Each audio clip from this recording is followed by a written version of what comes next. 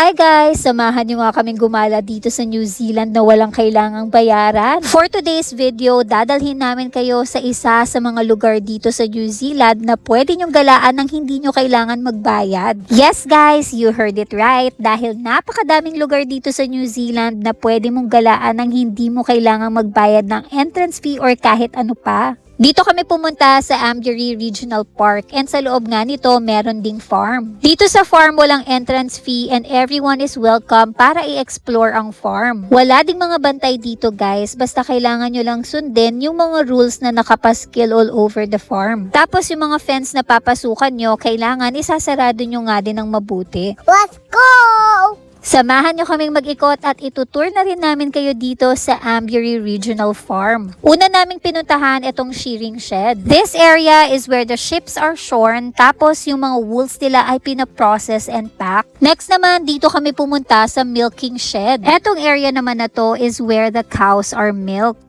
Nung time of visit namin, walang actual, pero yung mga boards na nakalagay sa loob ay very informative, kaya magkaka-idea ka din kung paano nila yun ginagawa. Next naman, pinuntahan na namin yung mga sheep at dito talaga nag-enjoy si Atoya and Boss Liam. Sobrang cute nga guys, at first time namin makakita ni Atoya ng sheep. Your hands. Give me your hands.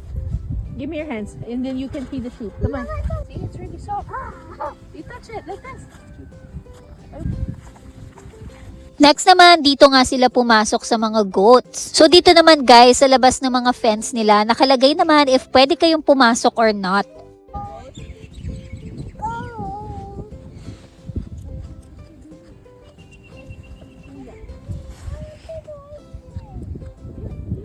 Dito naman sa goats, si Daddy nga ang nag-enjoy. Nakakatuwa talaga dito guys sa New Zealand kasi imagine, everyone is welcome para i-explore tong napakalaking farm nang walang kailangang bayaran. Si Atoya nga ay nainggit kay Daddy at gusto din daw niya magkaroon ng up close sa mga horse.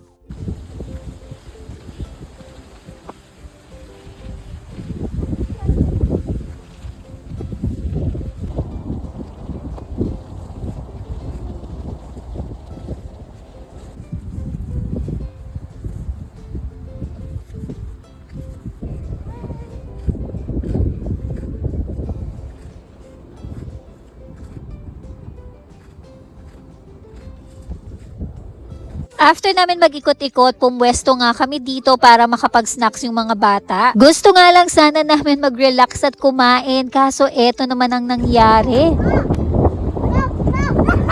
Liam, ano ba yun?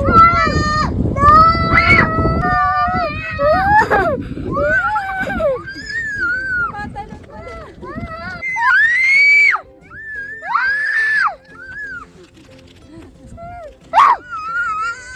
After mo naman mag-ikot-ikot sa farm, ay pwedeng-pwede ka rin tumambay at mag-ikot dito sa Amberley Regional Park. Dito guys sa park, kagaya sa farm, wala ding bayad. Sobrang lawak nga guys, kaya naman enjoy na enjoy ang mga kids magtatatakbo at maglaro.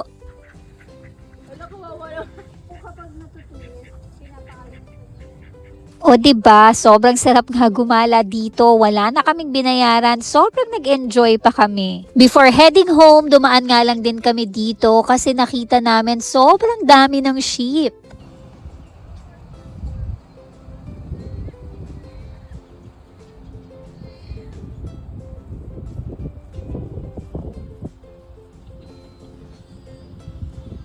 Sa lahat talaga ng naging bakasyon namin, eto talaga yung pinaka na-enjoy ko kasi you feel connected with nature. Thank you guys for watching!